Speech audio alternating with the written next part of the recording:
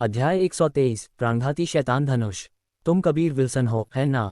उस अधेड़ उम्र के व्यक्ति ने कबीर विल्सन की तरफ एक कागज उठाया। उस पर कबीर विल्सन की एक बहुत ही यथार्थवादी तस्वीर बनी हुई थी। हालांकि कबीर विल्सन ने अब बहुत ही साधारण पोशाक पहनी हुई थी, फिर भी उनकी आंखें, चेहरा, नाक और मुंह बहुत मिलते जुलते थे। पहले कबीर विल्सन ने सुना था कि बीस्ट मार्शल सेक्ट ने उनकी तस्वीरें हर जगह फैला दी हैं, जिससे वह बहुत क्रोधित थे। उन्होंने अपनी जान बचाने के लिए अभी अभी बीस्ट मार्शल सेक्ट के एक शिष्य को मारा था, लेकिन अब बीस्ट मार्शल सेक्ट ने उनके सिर पर भारी इनाम रखा था। अब उन्होंने मन ही मन कसम खाई कि भविष्य में एक दिन वह निश्चित रूप से बीस्ट मार्शल सेक्ट से इस ऋण को चुकाएंगे। तो तुम 100,000 क्रिस्टल स्टोन का इनाम पाने के लिए मुझे मारना चाहते हो? कबीर विल्सन ने अपनी मुट्ठी भींचकर भारी लहजे में पूछा। कबीर विल्सन ने अनुमान लगाया कि उनके सामने यह अधेड़ उम्र का व्यक्ति ही उन सभी लोगों को भेजने के लिए जिम्मेदार था जो पहले उन पर नजर गड़ाए हुए थे। अब तक इस घाटी में कुछ हजार मार्शल कलाकार इकट्ठा हो चुके थे और वे ज्यादातर सभी मोर्टल मार्शल क्षेत्र में थे। हालांकि उन्हें कोई खजाना नहीं मिला था, लेकिन उन्हें कबीर विल्सन मिल गए और 100,000 क्रिस्टल स्टोन का इनाम एक ऐसा प्रलोभन था जिसका यहाँ मौजूद कई लोगों के लिए विरोध करना बहुत मुश्किल था।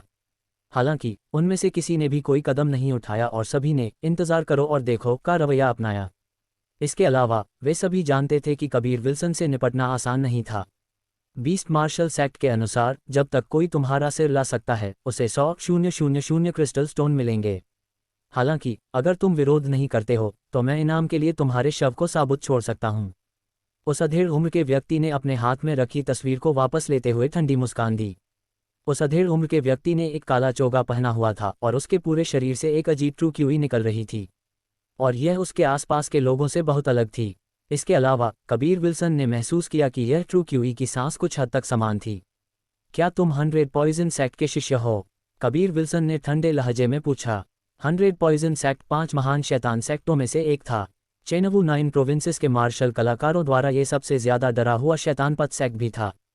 क्योंकि 100 पॉइजन सेक्ट जहर के उपयोग में विशेषज्ञ था, वे किसी को भी अदृश्य रूप से मार सकते थे और उनके मरने के बाद उन्हें खुद भी पता नहीं चलता था कि वे कैसे मरे। 100 पॉइजन सेक्ट, इन 3 शब्दों को सुनकर आसपास मौजूद सभी लोगों के चेहरे का रंग अचानक बदल गया। वे एक एक करके कबीर विल्सन से दूर चले गए और भी ज्यादा जगह छोड़ दी और दूर से सब कुछ देखने लगे। कुछ लोग तो ऐसे भी थे जिन्हें मौत का डर था और वे घाटी से भी ज्यादा तेजी से दूर चले गए। उस अधेड़ उम्र के व्यक्ति ने अपने मन में आश्चर्यचकित हुए बिना नहीं रह सका। उसने ताना मारा और कहा, नई पीढ़ी के एक असाधारण व्यक्ति के योग्य। तुम्हारी दृष्टि सच में अच्छी है। कबीर विल्सन ने देखा कि कुछ ट्रू मार्शल क्षेत्र के मार्शल कलाकार भी दूर से देख रहे थे। अगर यह पहले होता तो किसी के 100 पॉइजन सेक्ट से होने की जानकारी के बाद उसे सीधे धर्मी संप्रदायों द्वारा शिकार किया जाता, लेकिन अब ट्रू मार्शल क्षेत्र के मार्शल कलाकारों का बाहर आकर लड़ने का कोई इरादा नहीं था। इससे ये पूरी तरह से स्पष्ट था कि वे सभी देखने में रुचि रखते थे और कबीर विल्सन के मारे जाने का इंतजार करने का भी इरादा रखते थे। इस समय वे भी कबीर विल्सन को मारकर 100,000 क्रिस्टल स्टोन पाना चाहते थे। 100,000 क्रिस्टल स्टोन ट्रू मार्शल क्षेत्र के मार्शल कलाकारों के लिए भी कोई छोटी रकम नहीं थी। 100,000 क्रिस्टल स्टोन का इनाम, ये निश्चित रूप से मुझे ही मिलेगा। उस अधेड़ उम्र के व्यक्ति ने दांत दिखाते हुए अपनी हथेली को जोर से हिलाया। केवल अनगिनत सुइयां कबीर विल्सन की तरफ उड़ती हुई देखीं। इन सुइयों से एक के बाद एक रंगहीन और गंधहीन जहरीली क्यूई फैल रही थी। कबीर विल्सन ने जैसे ही जाना कि दूसरा पक्ष 100 पॉइजन सेक्ट का शिष्य था, वह तुरंत सतर्क हो गए, क्योंकि 100 पॉइजन सेक्ट भी छिपे हुए हथियारों के उपयोग में माहिर था। अगर वह ये पता नहीं लगा पाते कि उनके छिपे हुए हथियारों से हमला कहाँ से आया है, तो वह निश्चित रूप से मर जाते। एक हल्की काली क्यूई अचानक कबीर विल्सन के पूरे शरीर को ढक लिया और यह काली क्यूई पलक झपकते ही एक साफ पानी के आवरण में बदल गई, जो कबीर विल्सन के चारों ओर लिप गई। वे चुभने वाली जहरीली सुइयां उस जल क्यूई आवरण में घुस गईं और अचानक सुइयों पर मौजूद क्यूई की आभा पानी में घुल गई। यह एक तरह की कठोर और कोमल रक्षात्मक मार्शल स्किल थी जो कबीर विल्सन ने अभी अभी सीखी थी। इसे ब्लैक टॉर्टोइज लुओतियान कवच कहा जाता था और इस हल्की जल क्यूई आवरण को कुछ भी न समझें। यह आवरण बहुत शक्तिशाली शक्तियों का सामना कर सकता था, यहाँ तक कि अगर 10वें स्तर के 10 मोर्टल मार्शल क्षेत्र के मार्शल कलाकार एक ही समय में इस पर हमला करते तो भी वे इस क्यूई आवरण को मुश्किल से ही नष्ट कर पाते। अंदर मौजूद व्यक्ति का तो जिक्र ही नहीं करना चाहिए। जहर वाली सुई के जल क्यूई आवरण में घुसने के बाद वे बिना किसी निशान के नष्ट हो गईं और उनमें से किसी की भी परछाई भी नहीं दिखी। इससे वह अधेड़ उम्र का व्यक्ति हक्का बक्का रह गया। वह खुद मोर्टल मार्शल क्षेत्र के 10वें स्तर पर था और पहले उसने उन जहरीली सुइयों को अपनी पूरी 100% शक्ति के साथ दागा था। उसने इस चाल का उपयोग करके 9वें और 10वें स्तर के सैकड़ों मोर्टल मार्शल क्षेत्र के मार्शल कलाकारों को पहले ही मार दिया था, लेकिन कबीर विल्सन ने इसे इतनी आसानी से खत्म कर दिया था। हालांकि ब्लैक टॉर्टोइस डिवाइन एक्सरसाइज में शक्तिशाली हमले की कमी थी, लेकिन इसकी रक्षा असामान्य रूप से शक्तिशाली थी। इसके अलावा बहुत कम ट्रू क्यूई की खपत होती थी। कबीर विल्सन ने मोर्टल मार्शल क्षेत्र के 10वें स्तर में प्रवेश करने के बाद ही यह स्किल सीखी थी। उन्होंने अपने शरीर की रक्षा के लिए black tortoise Tian Luo cover का उपयोग करना जारी रखा और फिर उस अधेड़ उम्र के व्यक्ति की तरफ छलांग लगाए। 100 पॉइजन सेक्ट की मार्शल कलाएं मजबूत नहीं थीं, हालांकि उनका जहर और छिपा हुआ हथियार मजबूत थे। कबीर विल्सन का हमला बहुत तेज था और उस अधेड़ उम्र के व्यक्ति का तो जिक्र ही नहीं करना चाहिए, यहाँ तक कि दूर से देख रहे लोगों को भी प्रतिक्रिया करने का समय नहीं मिला। कबीर विल्सन उस अधेड़ उम्र के व्यक्ति के सामने आ गए। कबीर विल्सन ने एक हथेली चलाई और ज़मीन जोर से हिल गई, अचानक खुल गई। जैसे ही उन्होंने कार्रवाई की, कबीर विल्सन ने शक्तिशाली low grade earth level martial skill shocking heaven palm का उपयोग किया था। उनकी हथेली में एक शक्तिशाली झटका था और ट्रू क्यूई ने उस अधेड़ उम्र के व्यक्ति के शरीर को घेर लिया और पलक झपकते ही झटके के कारण खून का एक फुहार निकल गया। वह अधेड़ उम्र का व्यक्ति स्पष्ट रूप से महसूस कर सकता था कि उसके खुद के शरीर के अंदर उसकी हड्डियां और मेरिडियन इंच इंच करके पटाखों की तरह टूट रहे थे। केवल वही लोग जो कबीर विल्सन के हमले से प्रभावित हुए थे, वे ही कबीर विल्सन की जबरदस्त ताकत को स्पष्ट रूप से महसूस कर सकते थे।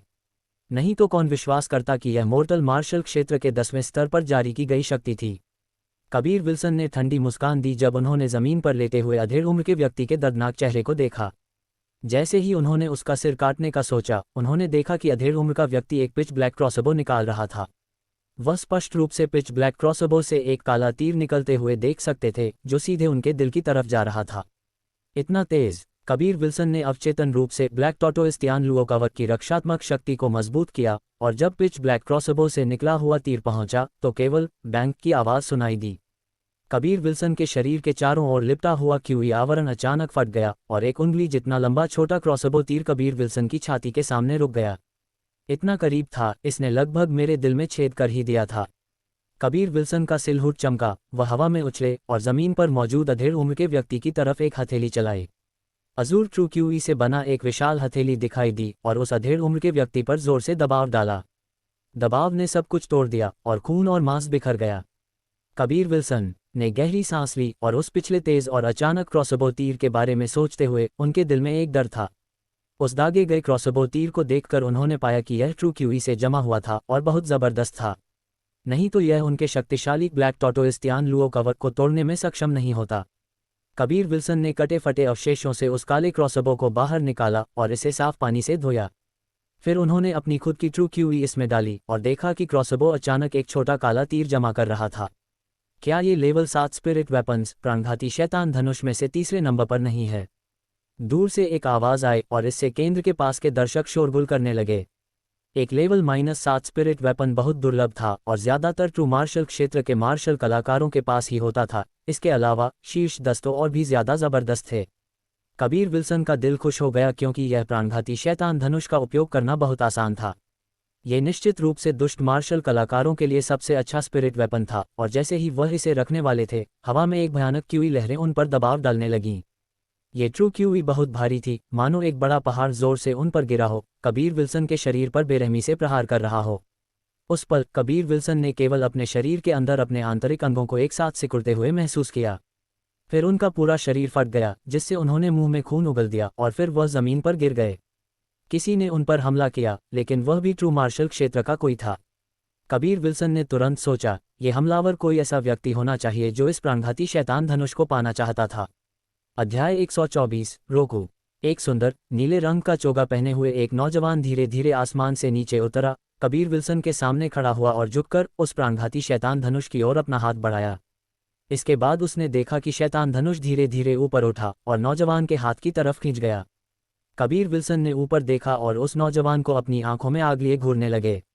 वह उस नौजवान की शक्ल को अपने दिमाग में गहराई से बैठा लेना चाहते थे। जब तक वह मरते नहीं हैं, वह निश्चित रूप से इस नौजवान को 10 गुना नहीं 100 गुना लौटाएंगे। कबीर विल्सन की आंखों में भयंकर क्रोध देखकर नौजवान ने केवल मुस्कुराकर जवाब दिया, कबीर विल्सन, हम अब मोर्टल मार्शल क्षेत्र के मार्शल कलाकार वास्तव में 100,000 क्रिस्टल स्टोन के लायक हैं। ये सोचकर कि मोर्टल मार्शल क्षेत्र के मार्शल कलाकार अब इतने मूल्यवान हैं कि एक बच्चा इतना ज़्यादा लायक हो सकता है। मैंने ये प्राणघाती धनुष ले लिया, लेकिन यह मत सोचना कि मैं तुम्हें लूट रहा हूँ। मैं इसे केवल इसलिए ले रहा हूँ क्योंकि यह एक शैतानी हथियार है और तुम्हारे हाथों में ये पूरे मार्शल आर्ट समुदाय के लिए हानिकारक होगा। किस आधार पर? अगर तुम इसे जब्त करना चाहते हो तो तुम्हें अपनी बारी का इंतजार करना होगा। कम से कम हमारे एक्सट्रीम मार्शल सेक्ट के डीन को पहले बोलना होगा। कबीर विल्सन ने दांत पीसते हुए कहा। इस आधार पर कि अभी मैं अकेला ही तुम्हें कुचल सकता हूँ। उस नौजवान ने तिरस्कारपूर्वक मुस्कुराया और कबीर विल्सन के सिर पर पैर रखा, उनका चेहरा मिट्टी में दबा दिया। कबीर विल्सन को लगा जैसे उनका दिल खून बहा रहा हो। वह नौजवान इससे पहले कभी नहीं मिले थे, लेकिन क्योंकि दूसरा पक्ष अभी मजबूत था, इसलिए उन्हें रौंदा जा रहा था, उनकी सारी गरिमा को कुचला जा रहा था। मोर्टल मार्शल क्षेत्र के मार्शल कलाकार ट्रू मार्शल क्षेत्र वालों के सामने चींटियों से ज्यादा कुछ नहीं थे। इस बार कबीर विल्सन गंभीर रूप से घायल थे, फिर भी उन्होंने दोनों हाथों से जिद से मुट्ठी भर मिट्टी पकड़ी हुई थी, जबकि वह अपना सिर उठाने के लिए संघर्ष कर रहे थे। उस नौजवान को घूरते हुए उन्होंने दांत पीसते हुए पूछा, उनकी आवाज़ पूरी तरह से नफरत से भरी हुई थी। तुम्हारा नाम क्या है? ट्रू मार्शल सेक्ट, रोकू। क्यों? क्या तुम बदला लेना चाहते हो? मुझे डर है कि तुम्हें वह मौका नहीं मिलेगा। मैं तुम्हें बीस्ट मार्शल सेक्ट के पास ले जाऊंगा और इनाम लूंगा। रोकू ने फिर से कबीर विल्सन के सिर पर जोर से कदम रखते हुए ताना मारा। इस पल कबीर विल्सन के दिल में एक अंतहीन नफरत पैदा हो गई। एक बार अपनी गरिमा की रक्षा और उसे बनाए रखने के लिए, हालांकि वह विशेषज्ञों की नज़र में एक चींटी से ज्यादा कुछ नहीं थे, फिर भी उन्होंने एल्डरपिल का विरोध और अवहेलना करने में बिल्कुल भी संकोच नहीं किया। हालांकि वह उस समय सफल रहे, लेकिन यह इस शर्त पर था कि एल्डरपिल ने भारी हाथ से कार्रवाई नहीं की थी। अगर तुम्हारे पास ताकत नहीं है तो तुम गरिमा के बारे में कैसे बात कर सकते हो? अगर तुम्हारे पास पर्याप्त ताकत होती तो तुम सब कुछ हासिल कर सकते थे और तुम्हारी गरिमा को कभी भी दूसरों द्वारा रौंदा नहीं जा सकता था। तुम्हें कभी भी अपनी जान गंवाने की चिंता नहीं करनी पड़ती। मुझे और मजबूत बनना है। ये कबीर विल्सन का एकमात्र विचार था जिसके बाद वह अपना बदला ले सकते थे। कबीर विल्सन की ताकत कहीं से भी बाहर आ गई क्योंकि उन्होंने एक बार फिर अपना सिर उठाया। इस बिंदु तक उनके हाथों में मिट्टी पहले ही पाउडर में बदल चुकी थी क्योंकि उनकी दोनों मुट्ठियों पर नीली नसें उभर आई थीं। उनके चेहरे पर एक कठोर भाव था और उनका हर एक शब्द एक चाकू की तरह था। रोकू, मैं कबीर विल्सन का तुम्हारे साथ कोई अन्याय या नफरत नहीं थी, फिर भी तुम मेरे साथ ऐसा व्यवहार करते हो। मैं कसम खाता हूँ, अगर मैं कबीर विल्सन मरता नहीं हूँ तो तुम मरोगे। मैं तुम्हें 100 नहीं 1000 गुना लौटाऊंगा। मैं न केवल तुम्हें पूरी तरह से नष्ट करूंगा, बल्कि तुम्हारे पीछे ट्रू मार्शल सेक्ट को भी मिट्टी के ढेर में बदल दूंगा। उनकी आवाज़ में गहरी नफरत थी जिसके साथ उनके पूरे शरीर से एक भयंकर कत्ल की क्यूई निकल रही थी और लोग इसके कारण कांपने लगे। तुम्हें यह मौका नहीं मिलेगा। हालांकि जैसे ही रोकू ने बोलना खत्म किया, उनका चेहरा जोर से बदल गया। कबीर विल्सन के शरीर के नीचे अचानक पानी का एक बड़ा गड्ढा दिखाई दिया क्योंकि वह पानी में भाग गए। सबने ठंडी हवा में एक सांस ली। उनके आश्चर्य के लिए कबीर विल्सन वास्तव में भाग गए थे। कबीर विल्सन ने अभी अभी जो कठोर शब्द बोले थे उससे किसी को भी अपने मन में कोई संदेह नहीं था कि समय के साथ कबीर विल्सन निश्चित रूप से ट्रू मार्शल सेक्ट के लिए एक बड़ी समस्या बन जाएंगे। कबीर विल्सन ने वाटर एस्केप का उपयोग किया था और भाग गए थे। रोकू ने कुछ हथेली के वार किए और धरती को फाड़ दिया, जिससे विशाल गहरे गड्ढे बन गए, फिर भी कबीर विल्सन का कोई निशान नहीं मिला। Beast martial sect, true martial sect, बस इंतजार करो और देखो कि क्या होता है। कबीर विल्सन ने अपनी मुट्ठियां भींची और नदी के किनारे तैरते हुए क्रूरता से कहा। ओह ठीक है, अच्छे से ठीक हो जाओ। सिमी को पता नहीं था कि क्या कहना है। जल्दी से ट्रू मार्शल क्षेत्र में प्रवेश करो। उस समय मैं अपनी सर्वोच्च शैतानी कलाएं दे सकती हूँ। तुम उन पाखंडी लोगों को दर्द में तड़पा सकते हो, उनकी नियति को मौत से भी बदतर बना सकते हो, उन्हें इस दुनिया में पैदा होने पर पछतावा करवा सकते हो। भूमिका की आवाज़ भी कत्ल की क्यूई से भरी हुई थी, बेहद ठंडी और चुभने वाली थी। ये पूरी तरह से स्पष्ट था कि वह कबीर विल्सन की ओर से क्रोधित थी, जिससे उन्हें अपने दिल में बहुत गर्व महसूस हुआ। एक बार फिर मैं तुम्हें निराश कर रहा हूँ। कबीर विल्सन किनारे पर चढ़े और एक बॉक्स से एक वाइट जेड पिल निकालकर निगल ली। उनकी चोटें बहुत गंभीर थीं और उन्हें ठीक होने में काफ़ी समय लगेगा। ये कुछ भी नहीं है, तुम अनुभव के लिए बाहर आए हो। किसने इस तरह की चीज़ों का सामना नहीं किया है? जब तक तुम मरे नहीं हो सब ठीक है। तुम्हारी दौलत पर भरोसा करते हुए मुझे और छोटी बहन को तुम्हें एक बेजोड़ मार्शल कलाकार बनाने में केवल समय लगेगा। भूमिका ने जवाब दिया। उनकी आवाज़ काफ़ी ऊंची थी, वह कबीर विल्सन को प्रोत्साहित कर रही थी। कबीर विल्सन ने ताई ची सबड्यूइंग ड्रैगन डिवाइन एक्सरसाइज का अभ्यास किया और अपनी चोटों का इलाज किया, इससे पहले कि वह एक और वाइट जेड पिल निगल लेते, जिससे वह बहुत बेहतर हो गए। वह रोकू बहुत शक्तिशाली है, उसकी ताकत निर्वाणा क्षेत्र के करीब है। वह टेम्परेनिंग क्षेत्र के मध्य चरण में होना चाहिए। सिमी ने कहा। ट्रू मार्शल क्षेत्र में कुल मिलाकर 9 स्तर थे। ट्रू मार्शल क्षेत्र के बाद कोई भी 3 एक्सट्रीम ग्रेट क्षेत्रों एक्सट्रीम 3 ग्रेट रेल्म्स में प्रवेश कर सकता था। ये 3 एक्सट्रीम ग्रेट क्षेत्र थे स्पिरिट मार्शल क्षेत्र, स्पिरिट मार्शल रेल्म। इस क्षेत्र में दिव्य भावना को चरम पर ले जाया गया था। फिर सोल मार्शल क्षेत्र, सोल मार्शल रेल्म था। दिव्य भावना के चरम शिखर को हासिल करने के बाद एक मार्शल भावना को पाला गया और फिर उसके चरम शिखर पर ले जाया गया। अंत में टेम्परिंग क्षेत्र, टेम्परिंग रेल्म था, जहां शरीर को उसकी चरम सीमाओं तक तपाया गया था, जो अक्सर सबसे कठिन कदम था। ऐसा इसलिए था क्योंकि शरीर की खेती बहुत कठिन थी। एक बार जब टेम्परिंग क्षेत्र का शिखर हासिल हो गया तो ये ग्रेट निर्वाणा ट्राइब्यूलेशन की ओर ले जाता था। केवल अगर कोई इस ट्राइब्यूलेशन को पास कर पाता है तो ही वह निर्वाणा क्षेत्र, निर्वाणा रेल्म में प्रवेश कर सकता है। निर्वाणा क्षेत्र नश्वर दुनिया के भीतर मार्शल ताकत का शिखर था। कबीर विल्सन को अभी भी एक डर था। पहले उस रोकू के सामने कबीर विल्सन के पास वास्तव में वापस लड़ने की ताकत भी नहीं थी। अगर वह ट्रू मार्शल क्षेत्र में होते तो उन्हें इतनी बुरी तरह से नहीं पीटा गया होता। अपने अमर शैतान शरीर के एक अच्छे शोधन के बाद टेम्परेनिंग क्षेत्र से गुजरना बस एक आसान काम है। भूमिका ने कहा। जब कबीर विल्सन ने एक्सट्रीम मार्शल सेक्ट छोड़ा था तो वह अपने साथ केवल 2 वाइट जेड पिल लाए थे, लेकिन यह एक उच्च ग्रेड की स्पिरिट लेवल की हीलिंग दवा थी। मोर्टल मार्शल क्षेत्र में रहने वालों के लिए इसका बहुत महत्वपूर्ण प्रभाव था। कबीर विल्सन ने अभी अभी एक दिन तक आराम किया था और पहले ही अपनी आधी ताकत वापस पा ली थी। वह वर्तमान में नदी के किनारे से ज़्यादा दूर नहीं एक गुफा में थे। उन्होंने प्रोफाउंड ऑरा फिंगर का उपयोग करके ये गुफा बनाई थी। यह एक अवसाद खोदने जैसा था और एक बहुत ही तेज़ प्रक्रिया थी। इस समय कबीर विल्सन अभी भी अपनी चोटों से उबर रहे थे और पूरी तरह से ठीक होने में अभी भी काफ़ी समय बचा था।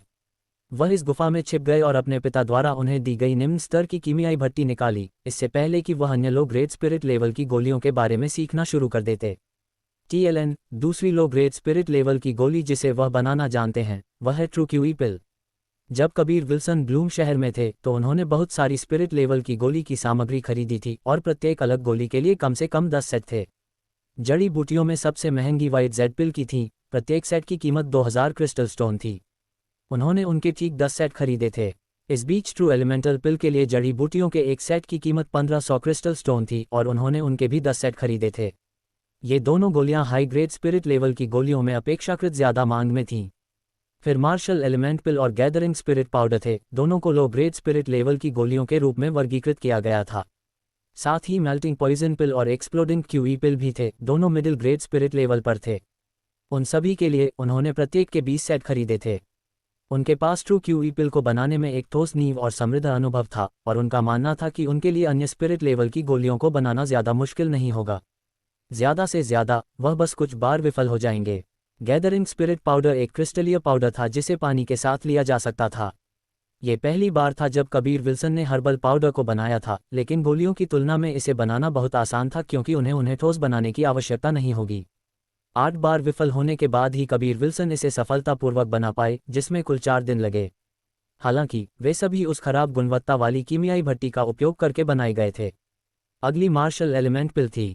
इसमें स्वाभाविक रूप से हिंसक तत्व थे, यही कारण था कि इसे बनाना बहुत मुश्किल था। वास्तव में ये ट्रू क्यूई पिल को बनाने से ज़्यादा कठिन था। कबीर विल्सन ने कुल 10 दिन खर्च किए, साथ ही 15 विफलताएं भी हुईं इससे पहले कि वह सफलतापूर्वक एक बना पाए। शानदार फ्लेम ड्रैगन फनेस में बदलने के बाद कबीर विल्सन एक बार फिर 3 बार विफल रहे, लेकिन उसके बाद 2 में विफल नहीं हुए। लो ग्रेड स्पिरिट लेवल की गोलियां 3 सामान्य ग्रेड की गोलियों की तुलना में ज़्यादा कठिन थीं, जिन सभी में कबीर विल्सन पहले से ही माहिर थे। हालांकि लो ग्रेड स्पिरिट लेवल की गोलियों को बनाने का अनुभव प्राप्त करने के बाद अन्य को भी उनके लिए महारत हासिल करना अब बहुत आसान था। उदाहरण के लिए एक लो ग्रेड स्पिरिट लेवल की गोली जिसे कन्फ्यूजिंग स्पिरिट पाउडर कहा जाता था, कबीर विल्सन सिर्फ एक कोशिश में इसे बनाने में सफल रहे थे। जब इस दवा को छिड़का जाता था तो यह अन्य लोगों के दिमाग को भ्रमित कर सकती थी। भ्रम की अवधि के भीतर ये दूसरों को भ्रमित और सुस्त महसूस कराएगा, और यह एक अद्भुत दवा थी जिसका उपयोग धोखेबाज मार्शल कलाकारों द्वारा या दानव जानवरों से निपटने के लिए किया जाता था।